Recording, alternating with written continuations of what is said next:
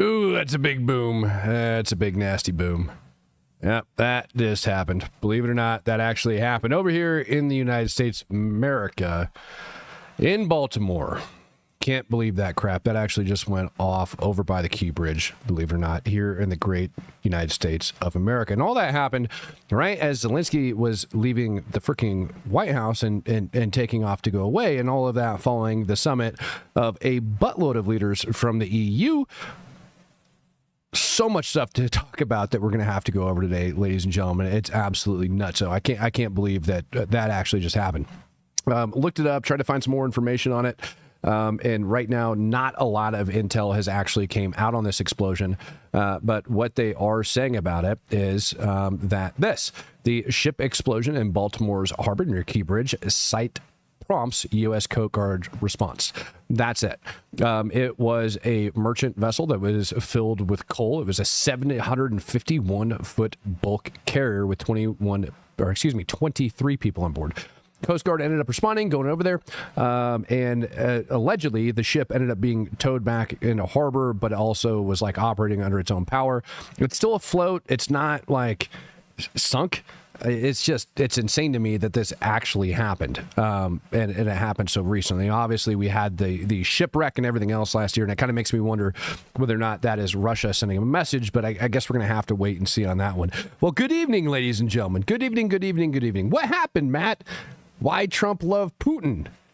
I don't even think that's English in the comment section, so if you're going to talk trash, please do it in the current language that I am speaking. Happens all the time. Ships of coal explode all that. This happens all of the time. This happens all of the time. Ships filled with coal are exploding. Please send me these videos because I need more content like that. And I also want to look into why we have so many ships of coal exploding. If you guys think that's actually happening all of the time, it's freaking insane. No, earlier today there was also a bomb threat over in Times Square, New York. Ended up shutting everything down. I didn't actually even bother. Ended up saying, "What's that? How's my ribs, Jasmine? My ribs hurt. They hurt real bad. But I can still breathe. I can still talk, and I can do everything." Over the White House. Obviously, we ended up having Zelenskyy arrive today, and believe it or not, the man even wore a freaking suit. This video I got coming up for you guys shows everybody walking out to greet Mr. Zelenskyy.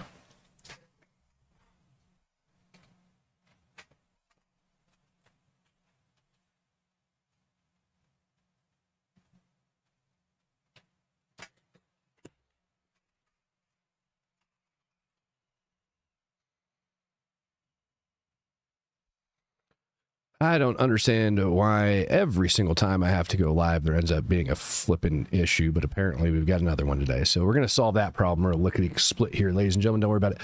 And it's just always audio issues on my end, but I got to make sure that's resolved before we get to the next portion of the show, because it is what it is. Hope you guys had a good day. I know a lot of you guys probably ended up watching big portions of the summit. I know I ended up getting lots of text messages and everything else like, bro, you got to watch. You got to see what's actually going on.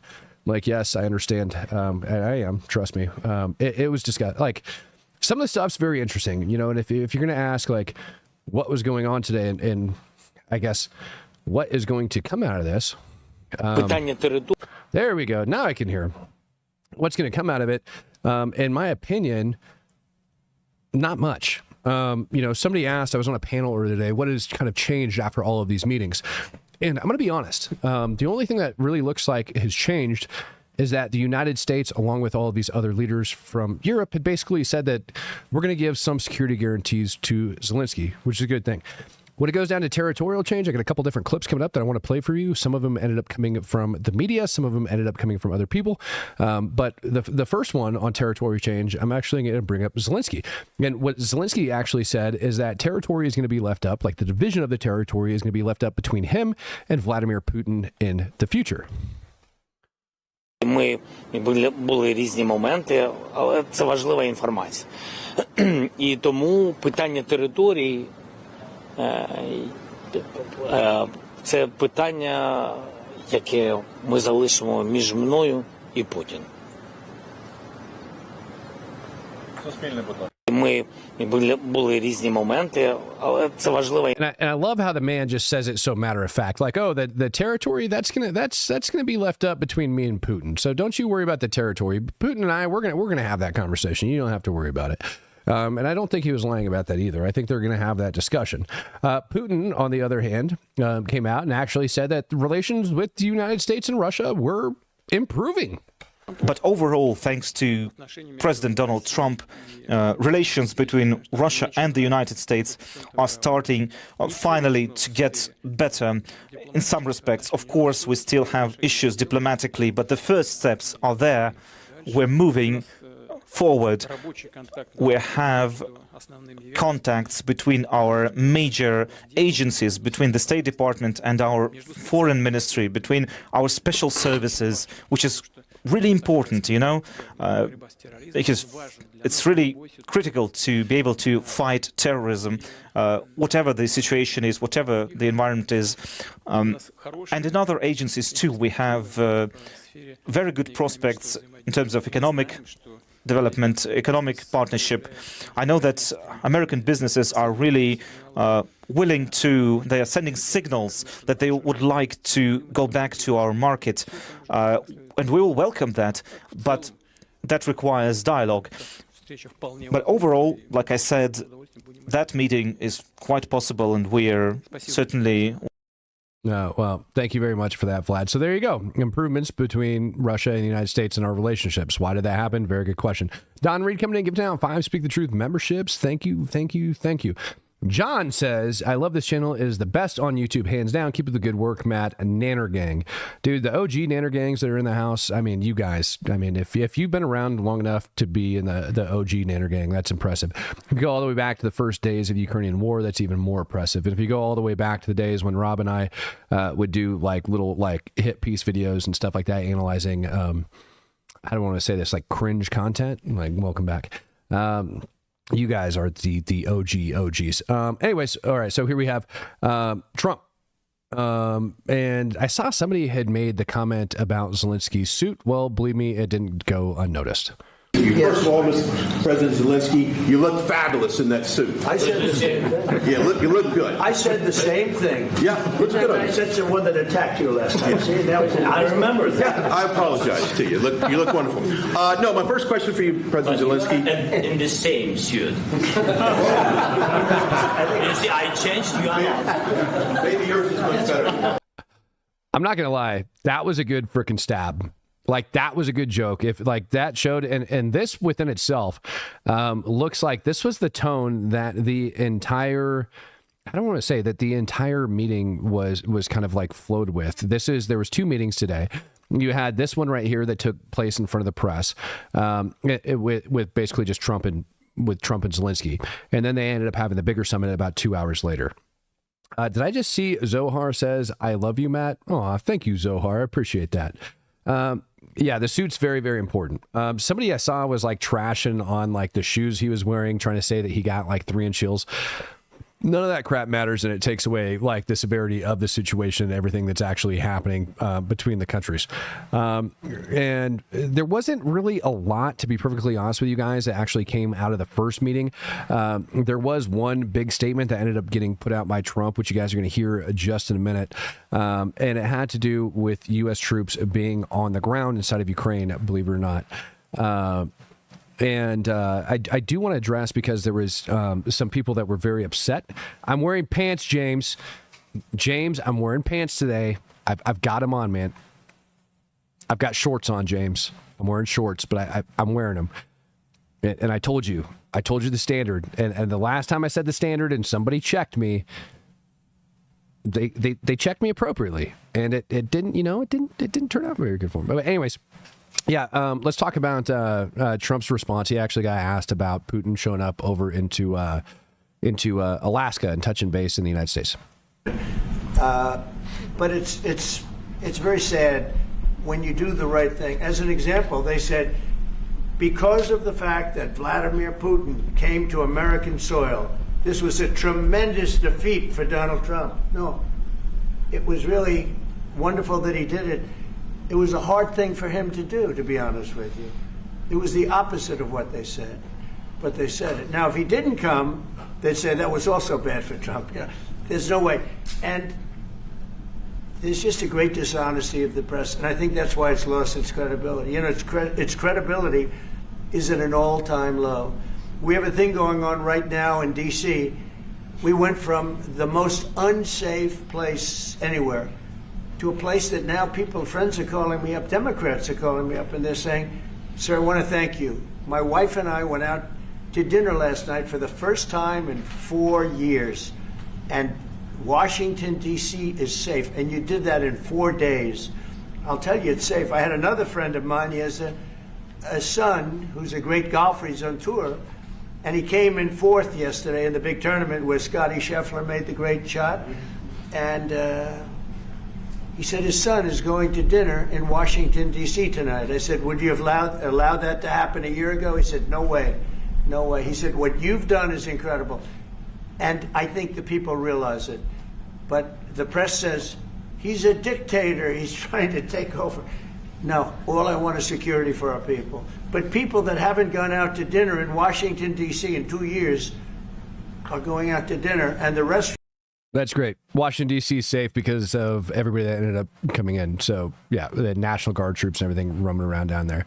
I hope you guys enjoyed your pants check. I ended up sneaking in on you when you didn't think it was going to happen. Turns out I am wearing pants, so next time you guys question me for wearing pants, just know that I definitely am, right? Like, I don't lie about wearing pants. Who would do such a thing? Who would do such a thing?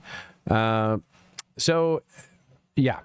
I'm going to point this out in the comment section because I feel like I've addressed this about 1,000 times over the last couple of years. It was I think. Do free. You all talk, but United States has responsibilities towards Ukraine to protect their sovereignty. Do free. The Budapest memorandum is, I believe, 6 paragraphs in total. I suggest you go read it. The United States and all the other signatories agreed to respect the sovereignty of Ukraine, their borders, their election system, and so on and so forth. If, for some reason, another country chose hostilities to invade Ukraine, to violate election integrity and things of that nature, we agreed that we would confer. That's what we agreed to. There was no duty to protect Ukraine written inside of that memorandum. And it amazes me that this war has been going on for so long, and yet you have failed to go over and read like these 6 basic paragraphs. And if you could point out to me anything in writing, anywhere, that it says the United States of America has a duty and responsibility to protect Ukraine, I'd appreciate it if you'd show me. I really would, because I haven't seen it yet. It just doesn't exist, man. And this channel is called Speak the Truth, not Speak Propaganda. And the United States of America never signed their name to a dotted line anywhere that said, we will defend Ukraine. It doesn't exist. I don't care if Clinton came out and tried to claim otherwise, just like I don't care if every Russian on the planet says that NATO shouldn't be expanding 1 inch to the east. Gorbachev himself came out and said that was a lie. You can look at what's written in black and white, and what's written in black and white is exactly what I stated. And that might bother you, but it is a fact. And if facts hurt your feelings, this probably isn't the channel for you, my friend. I apologize. BC Skyman coming in, gifting out 20 and just says, number one. It's right. It's exactly what we do. All right.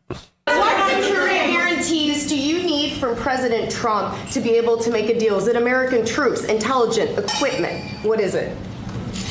Everything. And really, it includes 2 parts. First, strong Ukrainian army. That's what I began to discuss with your colleagues.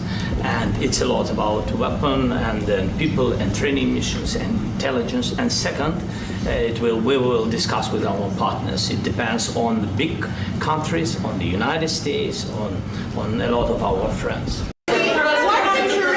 Well, do free. If facts don't hurt your feelings, then why would you state something that is actually false? Where does the United States, instead of responding to that comment where I said if facts hurt your feelings, why don't you tag me with a link to something that shows me and everybody else listening that the United States has a duty to support Ukraine? Show me our obligation. Where was it written? When? At any point in time. Comrade, I just said it. Do I honestly have to do this again? Oh my God. I feel like I have to do this every single freaking time this comes up. Apparently, none of you have read the Budapest Memorandum. I'm sorry for all of the true supporters on here that have had to see me go over the Budapest Memorandum numerous times. But I'm going to go ahead and do it for you guys. Because apparently, none of you guys that have actually brought this up have actually looked into this. So we're going to go ahead and knock that out. And if you don't mind, I'm just going to go to the English portion. Okay, stop it.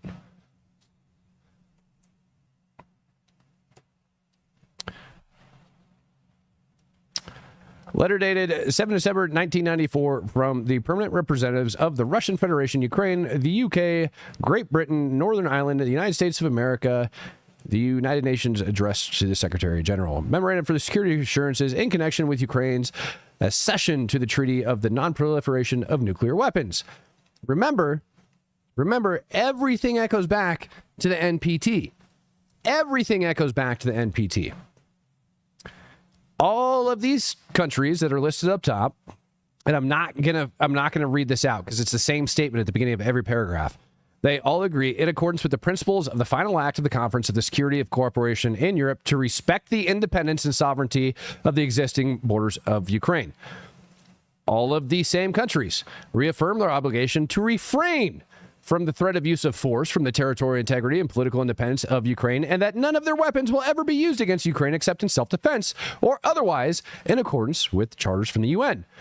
Russian Federation, all of those other countries, in accordance with the principles of the final act of the Conference of the Security and Cooperation in Europe, to refrain from the economic coercion designed to subordinate to their own interest the exercise of Ukraine of the rights inherent in its sovereignty and thus secure advantages in kind.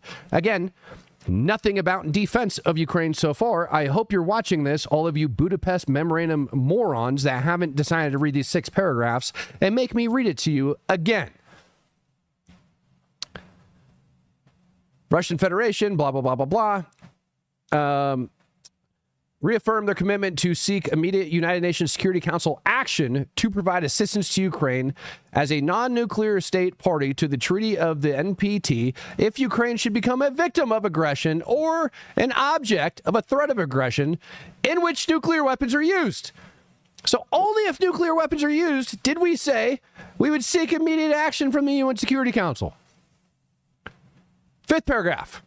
All those other countries listed above, in the case of Ukraine, their commitment not to use nuclear weapons against any non-nuclear weapon state party to the Treaty of the NPT, except in the case of attack on themselves, their territories or dependent territories, their armed forces or allies by such state or association. Okay, you ready for it? Here's the big one.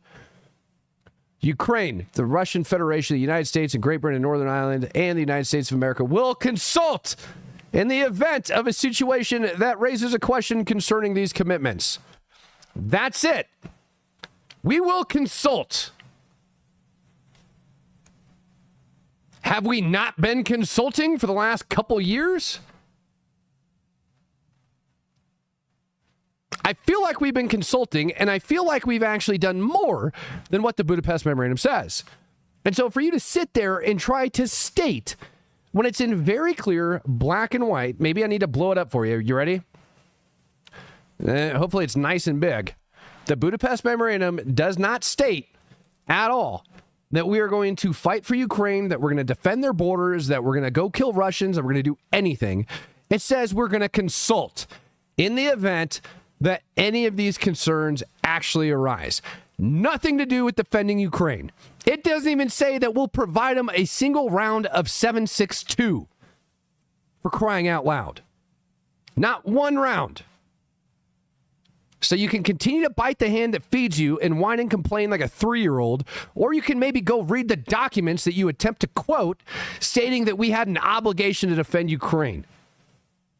Maybe, just maybe, you ought to go read. Can I please get back to the show now and stop claiming that the Budapest Memorandum is some sort of frickin' security guarantee when clearly it's not? It's not there. Jeez, man. It's so sad. It's like every freaking time. Have you ever, like, all you people that say that, like, do you guys ever fact check the people that give you their version of facts? Like, and go to the original source? Do you ever? This is years later, man. Years later. And if you're in here complaining about it, I know that you've been saying that for years. Shame on you. Shame on you for not doing your own stupid research, coming into my chat, and then making me prove that you're a moron. Please don't do that. It's so ridiculous. Guarantees do you need from President Trump to be able to make a deal? Is it American troops, intelligence, equipment? What is it? Everything. And really, it includes two parts. First, strong Ukrainian army. That's what I began to discuss with your colleagues. And it's a lot about weapon and then people and training missions and intelligence. And second, we will discuss with our partners. It depends on the big countries, on the United States, on a lot of our friends. What security guarantees do you... So, security guarantees. He wants everything. He wants to make sure that the United States and everybody else are going to show up and put out in the event that Russia does exactly what they did, because he doesn't have it in the Budapest memorandum. It's almost like the world leaders know what they're talking about, for crying out loud. And by the way, Trump didn't turn that idea away either. At all. Trump actually made it sound like we might actually be there. And when I say we, I mean the United States of America. Your team has talked about security guarantees. Could that involve U.S. troops? Would you rule that out in the future? We'll let you know that maybe later today. We're meeting with 7 great leaders of great countries also, and we'll be talking about that. They'll all be involved, but there'll be a lot of help. When it comes to security, there's going to be a lot of help. It's going to be good. They are first line of defense because they're there. They're Europe. But we're going to help them out also. We'll be involved. Yeah. I'm going to play that portion again in case nobody else heard it. Our first line of defense because they're there. They're Europe. But we're going to help them out also. We'll be involved. Yeah. We're going to help them out also. We're going to be involved. Sky God says, is that Zelly in a suit? Yes, it is. Mr. Zelenskyy not only put on a suit, but he put on a new suit, and he called out the dang reporter for not wearing a new suit himself. Incog Faraday gifting out 50 for my trip to Israel next month. Greatly appreciate you, man. Scott Bevins gifting out a Speak the Truth membership. You guys are all amazing, man. I love you. I love you guys. Oh, my goodness. All right. And I'm going to be honest with you. This was probably the most disrespectful way to make a statement that I think I ever heard. I don't remember what channel Peter Ducci, I think his name is, works for. I don't remember which one. Dude, Gucci, I'm not reading over Minsk 1 and 2. It's not in there. I'm not derailing this whole program because nobody else wants to read it. It's not in Minsk 1 or in Minsk 2. How much more is the United States willing to give Ukraine? And President Zelenskyy, how much more do you want? Well, I'll start off just by saying we're not giving anything now. We're selling weapons. This is something before, I guess the number is well over $300 billion. That was under Joe Biden, a corrupt politician. How much more is the United States? That wasn't the clip I thought it was off the top of my head. Ducci asked Zelenskyy, and I think I have it. I should have it. That's not the one that I wanted to play for you guys. Here we go. This is the one I wanted to play. And President Zelenskyy, are you prepared to keep sending Ukrainian troops to their deaths for another couple years, or are you going to agree to redraw the maps? Thank you for your question. So, first of all, we live under... You know how pissed I would be if somebody asked me that question? Fox? Great. Are you going to continue to send Ukrainian troops to their death, or are you going to agree to redraw the maps? That's what that asshole actually just stated. Pardon my French. He actually just asked him that. He minimized everything to such a point of saying, are you going to agree to redraw maps, or are you going to keep sending your people to die? That is such a freaking disrespectful, shameful question to the man that's literally been making the decision to take care of his people. Devil you don't know. Appreciate you, man. Thank you for gifting that. He legitimately just asked that. I want you to imagine how much restraint is sitting inside of Zelenskyy right now before we actually get into it. Thank you for your question. So, first of all, we live under each day attacks. That today have been a lot of attacks and a lot of wounded people, and the child was dead, small one year and a half. So we need to stop this war, to stop Russia, and we need support American and European partners. And we will do our best for this. So, I think we show that we are strong people, and we supported the idea of the United States, personally of President Trump, to stop this war. Hold on. I got to put his stupid face on the screen. There we go. This man should have his press pass revoked, in my opinion. It is one thing to it is one thing to point out to Putin and ask him a question like, why did you invade this country, so on and so forth. But to literally ask Zelenskyy, the guy whose troops are defending their own borders, if he's going to continue to send them to death or just simply agree to redraw borders as if that's all it goes. That is such a horrible look for the American people. I don't care where you stand on this subject. That dude needs to have his press pass revoked. Gucci the pug. They don't have a clue about Ukraine history or maps. Zelenskyy is attacked on camera, always to make him look like the bad guy. You're right. You're absolutely correct. It happens every single time. Sky God gifted out 20 Speak the Truth memberships as well. Appreciate that donation, Gucci. Michael Schwartz. Are we selling weapons to Ukraine or giving them away? Neither. I mean, Ukraine can purchase weapons from the United States of America. However, the way that it's set up right now is for NATO to purchase the weapons from the United States and then give them to Ukraine. That's how it's currently set up, and nothing more will be given away. And as a matter of fact, I played a statement from Trump just a little bit ago. Where is it? Basically, that we're not giving them anything more. Yeah, here. Same question from douchebag. It's willing to give Ukraine, and President Zelenskyy, how much more do you want? Well, I'll start off just by saying we're not giving anything now. We're selling weapons. This is something before. So there's your answer. We're not giving them anything. We are selling weapons, which is a very, very big difference. And it amazed me. I was on a panel of experts today over on Twitter, and there was people that are like, I'm tired of spending American money over there. All right, well, America's not spending any more money. We already came to that conclusion.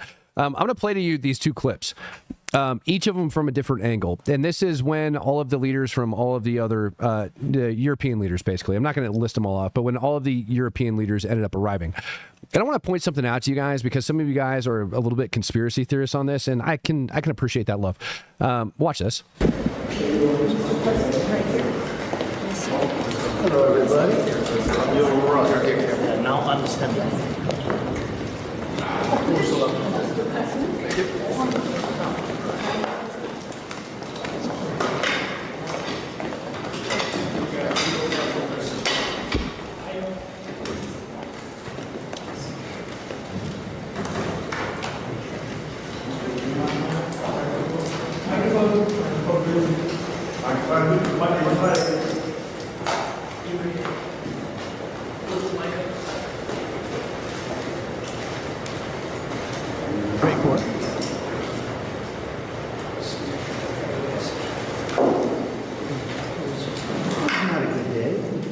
That was not a great day.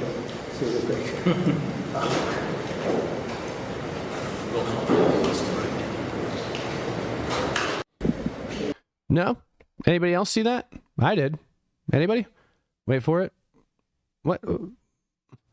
Yeah, why did he point this out to Zelenskyy? Right here, and Zelenskyy laughs. What do you think he's pointing out, ladies and gentlemen? Does anybody else know what he's pointing out in this? Anybody? Anybody? You want to see what he pointed out? Check this out. It actually got captured. Not a good day. That was not a great day.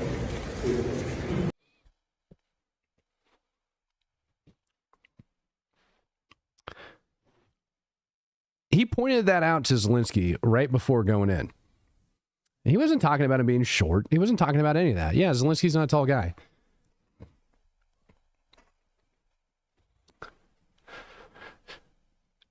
Who here thinks, and I'm going to run a poll, real quick. Start a poll. I'm just going to put it down there and I want you guys' answers.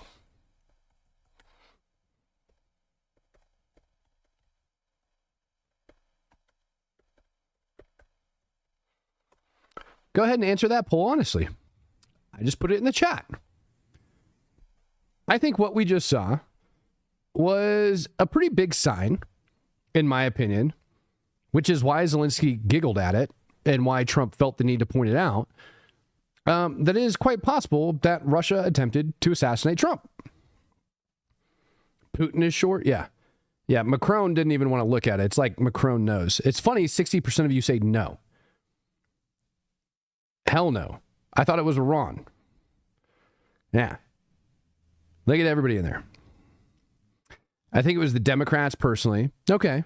You guys can think that all you want. I personally think that there's a big reason that things ended up turning a hell of a lot differently when Trump ended up getting in the White House. Because you ended up getting a lot more intel once you end up getting to where you're at. You sign on to be the president, you can pretty much look at everything that there is to know, right? Independent citizen, not so much. You can say that Iran might have been involved in it, sure. You can say that Iran maybe tried to orchestrate it, but right now we're split almost 50-50. Now we're 55-45, 45 saying yes, 55 saying no. I do think it's a very real possibility that Russia actually attempted to do this. And when I go back and I take a look at kind of like how Zelenskyy, like, look at his face. Look at him. He's smirking when he pointed that out. And you see Macron that's just like looking straight forward, like, I want no part in this. Yeah.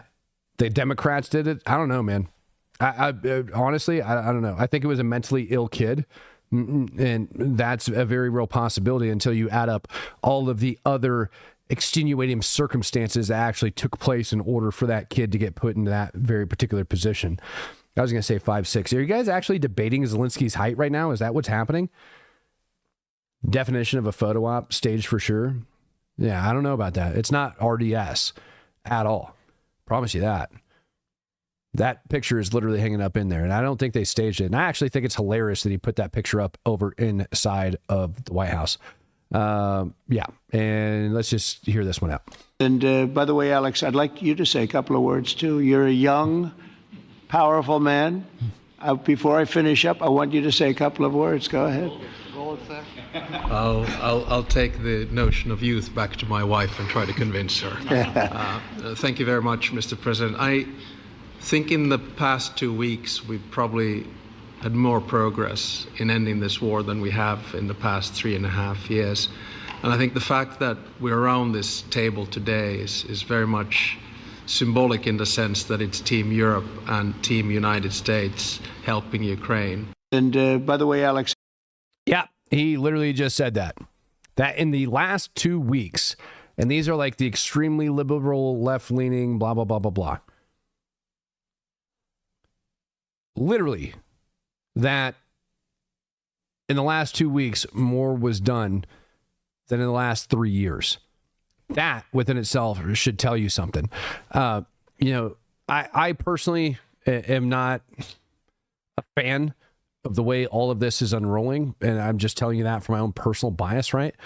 I'm not a fan of how it's all unrolling, but at the same time, there's some liberal, freaking left-leaning, like, Europeans up there, and they're giving Trump credit. That means something. Emmanuel.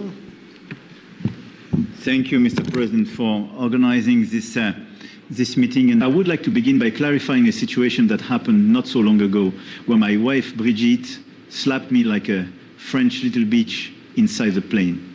As a couple, we have our problems. See, we started dating when she was 39 years old. I was only 13 at the time. I didn't have a girlfriend or a boyfriend. And when I met Jean Michel, he was a sweet man. I mean, woman. I mean, Brigitte. When I met Brigitte, can we edit that last part? I just wanted to say she's strong-willed, and that's why she slapped me like little bitch. Thank you. I think that clip pretty much speaks for itself. I'm not going to lie there. Smokey Sargent thinks the EU ended up doing it. That's not a real clip. I just have zero respect for Macron. And so I don't know. Like zero, none, not a zip, zilch. like zero respect for him. So they sat around this table for about 2 hours. The NATO Secretary General actually did come out with a pretty good statement saying that Trump was able to break him out of deadlock. And he's talking specifically about Putin. I really want to thank you, President of the United States, dear Donald, for the fact that you, as I said before, broke the deadlock basically with President Putin by starting that dialogue. And I think it was in February that you had the first phone call. And from there, we are now where we are today. And that is, I think, if we play this well, we could end this. And we have to end this. We have to stop the killing. We have to stop the destruction of Ukraine's infrastructure. It is a terrible war. So I'm really excited. And let's make the best out of today and make sure that from today onwards, we get this thing to an end as soon as possible. I really want to thank you for your leadership, what you are doing for Volodymyr, but of course also all the European colleagues. It is really crucial. And the fact that you have said, I'm willing to participate in the security guarantees is a big step. It's really a breakthrough, and it makes all the difference. So also thank you for that. I really want to... Okay, great. So the good news is that not only are they giving him credit for doing more in the last 2 weeks than has been accomplished in the last 3 years, Zelenskyy stating that it's going to take security guarantees in order to get these people to come to the table, in order to get like any sort of deal done with Putin. He's also stating that in order for them to be able to move forward, when it goes to any land transfers whatsoever that might take place, that is a direct discussion that is going to take place between Zelenskyy and Putin. Basically, all of these people that are sitting around this table have zero voice in it whatsoever. So there's that. Give me 1 second, ladies and gentlemen.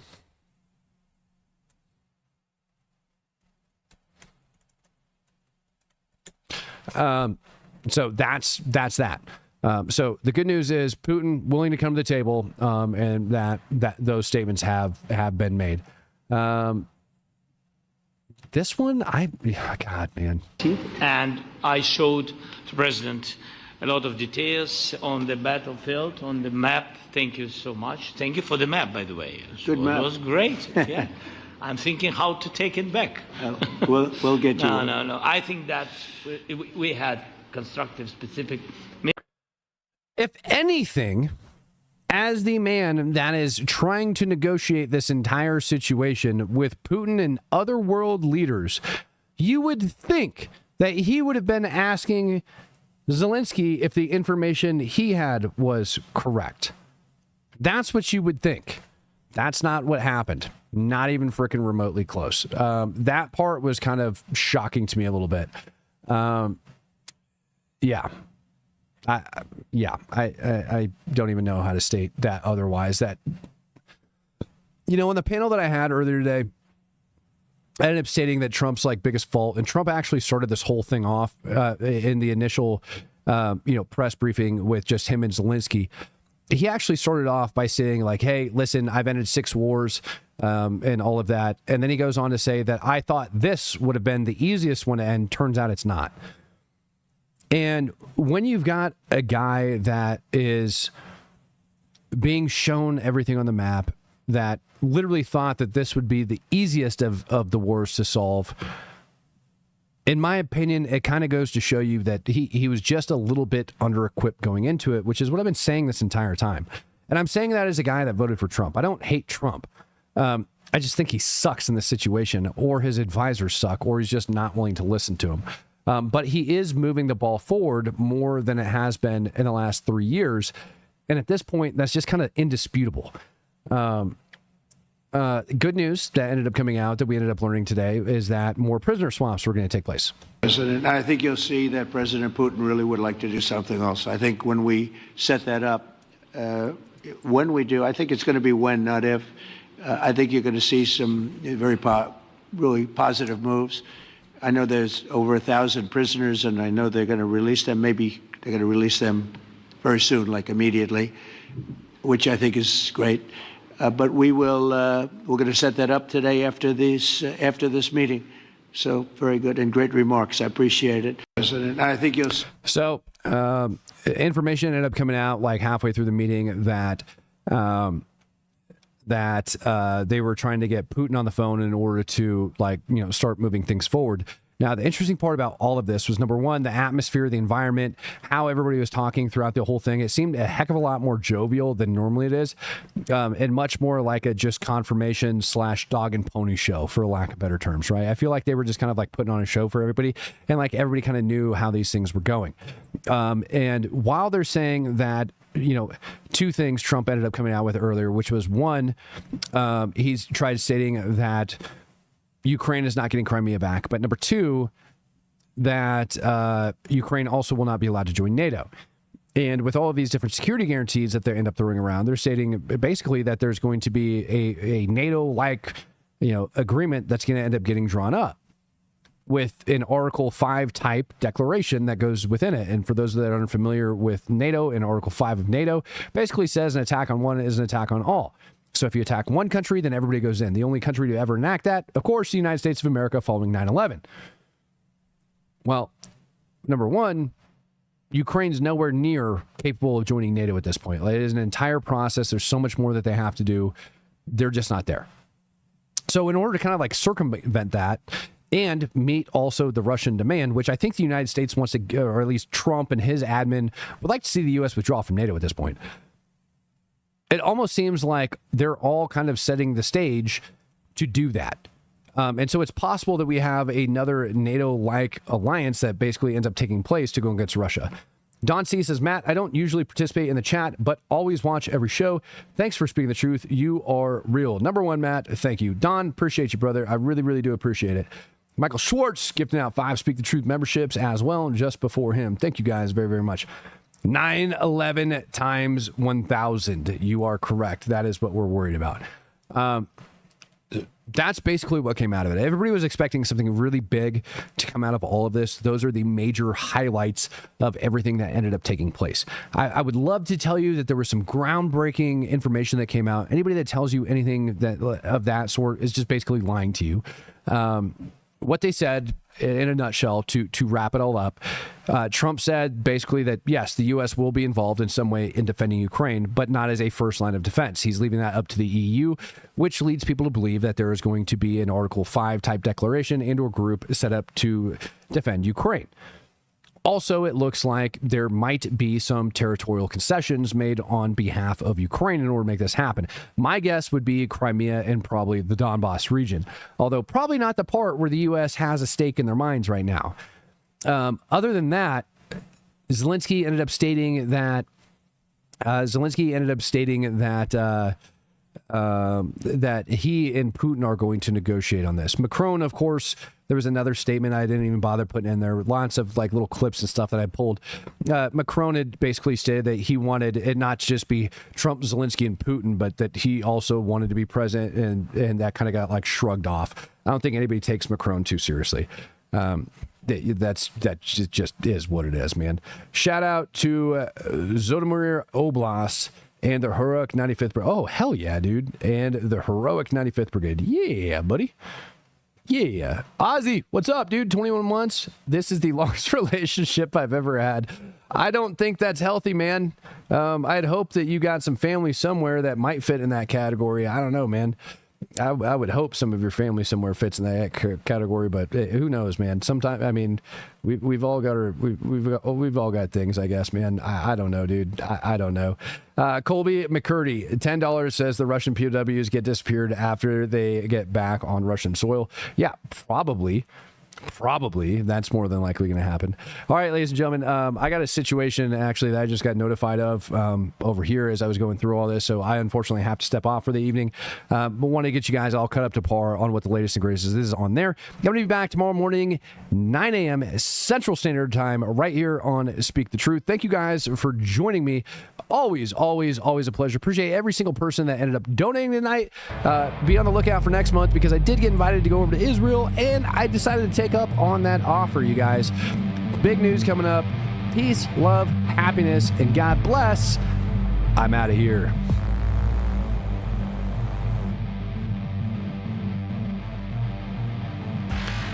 There is no security guarantees in the Budapest memorandum.